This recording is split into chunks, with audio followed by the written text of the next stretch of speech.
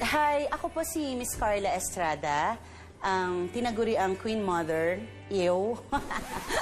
I have 4 kids. Siyempre, hindi naman kaila. My eldest son is Daniel Padilla. Before pumupunta ako sa shoot niya or sa taping niya. Pero lately, ayaw niya na. Oh my God!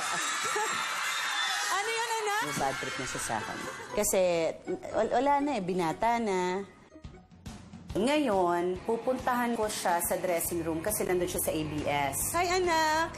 Hi, love. Baby bubut. Alright?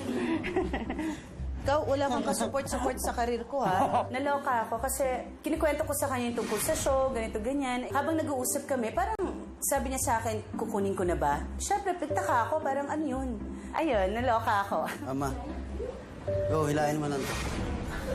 Pababa. Dahan. Very me. Oh, idol ko siya. This is really it. Kaya ko to. I love her. She's my idol kasi kinalakihan ko talaga Sharon Cuneta. Kung maniniwala kayo at hindi, never ko pa siyang nakaharap. Never ko pa siyang nakilala. I'm so happy and very excited.